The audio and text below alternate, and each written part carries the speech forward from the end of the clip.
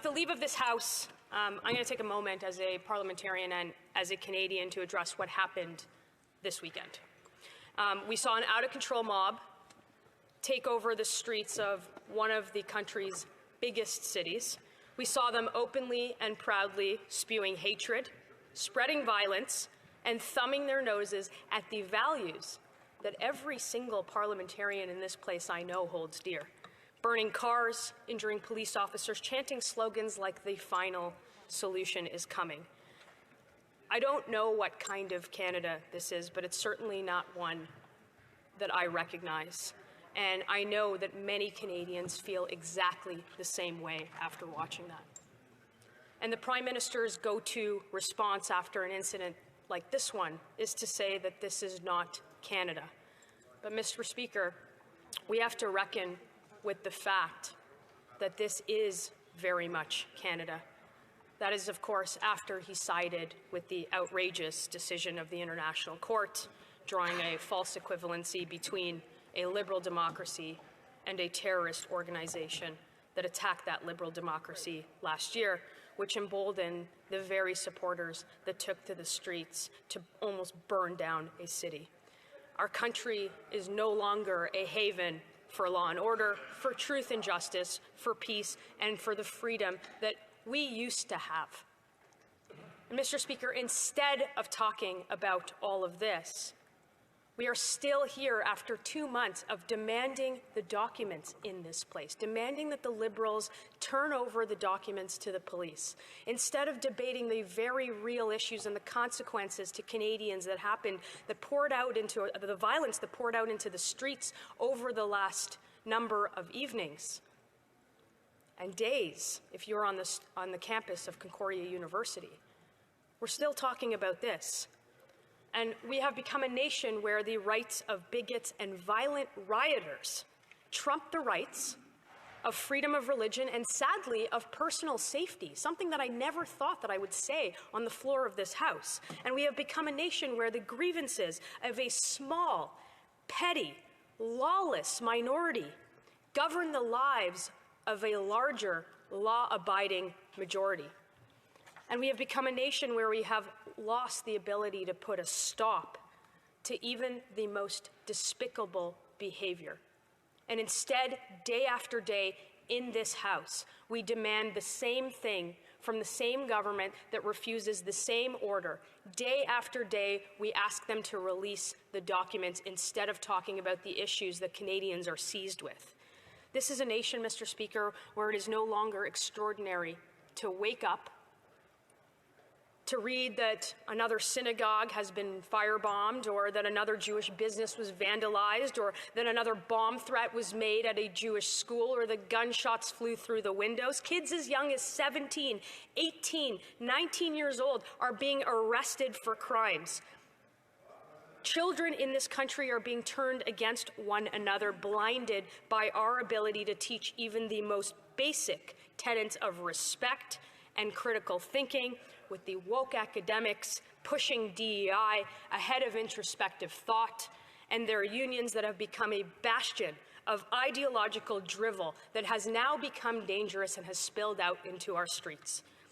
Hate crimes in this country have more than doubled over 9 years, and instead we are still talking about a document production order 2 months later in this House that you yourself told this government to produce, that you yourself told this government to turn over to the RCMP.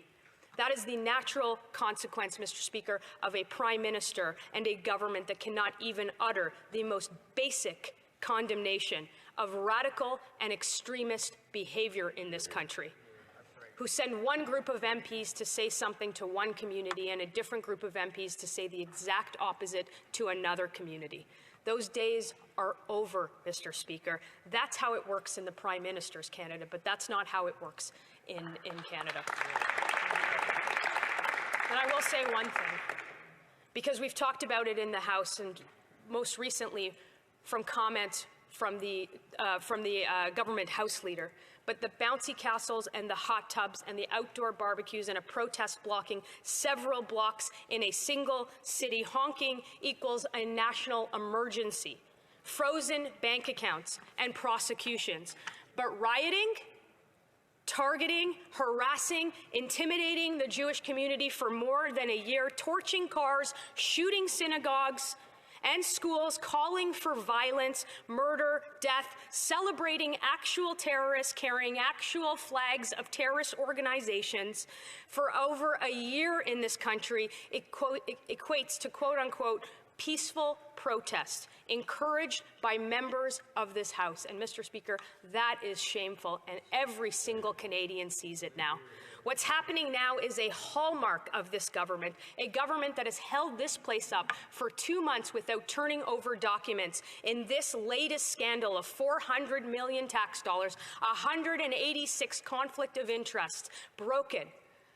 Ministers who cannot keep their jobs because they have misled the Canadian public and this House about their identity. That's what this government has come to. It has become a hallmark of the Prime Minister's leadership that has divided the Canadians based on every discernible characteristic of race, of religion, of gender, of age, of wealth, of vaccine status. The list goes on and on. And what happens when the same Prime Minister systematically attacks the pillars of our country, whether it's our criminal justice system, whether it's our Charter of Freedoms, whether even our national symbols, Mr. Speaker. He took Terry Fox out of the passport, replaced it with a squirrel, and allowed those who got the passport to take their citizenship ceremony on Zoom. That is a shame. And you should have known this, because the Prime Minister told everybody that, quote, Canada was a post-national state with no core identity. That's what happens in the cornerstone of a Liberal government's agenda to open our borders, let in terrorists and lawbreakers, get in with no background checks, and call anybody who questions it in this country a racist. And frankly, this weekend has shown everybody in this country, the Canadians are tired of it, and they are tired of that government. They are tired of them holding this debate up in this House without handing over the documents that you yourself told them to hang over. $400 million of tax dollars that will not. The Canadians deserve to know where those tax dollars went. The Prime Minister and the Liberal government have made this country a playground for foreign interference, for division, for people who hate us to come here. And they've rolled out the welcome mat. And then what did he do? He left us in the cold. The chants of death to Jews grew louder in front of synagogues. He ignores calls for safety and security, and his threats to communities got more and more intense. He ignored and silenced the voices in his own caucus that are supposed to be the ones speaking out, the voices that are supposed to be standing up for their communities, that are supposed to have a seat at the table. He shoved them out of the room, and he doesn't listen to them anymore. And then as the masked mob took over the streets of Montreal, he decided that it would be better to spend the night dancing. And my question is when was he told? When was he told? And after he was told, did he stay there? Why did it take him an entire day until 12 o'clock the next day to utter even the most basic condemnation of what had happened in his own city that night? This is a country that welcomed generations of people from around the world, gave them shelter from persecution, and now we see that in our own streets. This is the country that used to stand up for our allies and for values around the world, the country wherever you came from, whoever you were, that you were to come here and you were to be Canadian and you were proud of it. That's the country that we are not anymore. And it breaks my heart to see it, and I'm sure that it breaks the hearts of every Canadian to see and witness what they did this weekend. And by glossing over the clear problems, pretending they don't exist, as the Prime Minister does, is no way to run a country. It is no way to even run a parliament, which he certainly hasn't acquiesced to that demand that we are still here for today. When somebody has the courage to say and to stand up and see and to say what is happening here is wrong, and I refuse to stand by it. And I refuse to stand by it because I love what's being destroyed. That's a country that is worth living in, and that's the kind of leadership that we need. That's the kind of courage that we need, and that courage is growing. It's not only growing with me, but it's growing with Canadians right across the country, from all stripes, from coast to coast, that want the country that they used to know back. Canadians have had enough of the virtue signaling, enough of the holier-than-thou preaching, the lawlessness, the out-of-control crime, the free drugs, the chaos in our streets. Canadians just don't want to go to work. They want to raise a family. They want to afford a decent home in a safe neighborhood. They want to do that without being told how to think by some out-of-touch politician in Ottawa. And Canadians just want to wake up from this woke nightmare and bring back the Canada we used to know. And these aren't the Canadians that you will find occupying the streets of Montreal, rioting violently. They're not the ones camping out on the front lawn of a university campus for months at a time or engaging in terrorist cosplay weekend after weekend. They're the Canadians you'll find on a shop floor, in a small business along Main Street, in Legion halls, in town squares, and in communities everywhere. And they might be quiet, but they are the real heart of our country. And Mr. Speaker, they're going to have a champion when we elect a common sense, national majority Conservative government. We are going to deliver a country that is finally respected on the world stage and doesn't make headlines because of what is happening in our streets.